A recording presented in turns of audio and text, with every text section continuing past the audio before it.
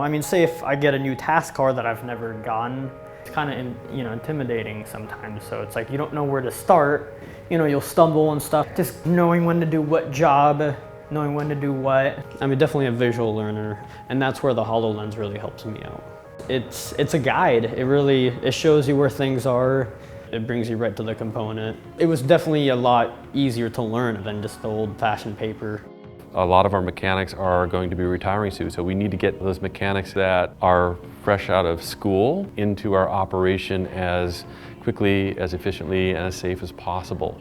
Every time we have an aircraft sitting in the hangar, it's not out flying and making money for us. Being able to put this on and actually walk through the system and actually be able to learn at any time, at any place, without having to have someone there to walk them through every single step. It's something they could even do on their own. Right now, a new person takes about 2 years before they're really up to speed, and this might actually improve that and maybe even cut that in half. This would definitely be an improvement to the maintenance department, but to the airline as a whole, and eventually to the whole aviation community for sure.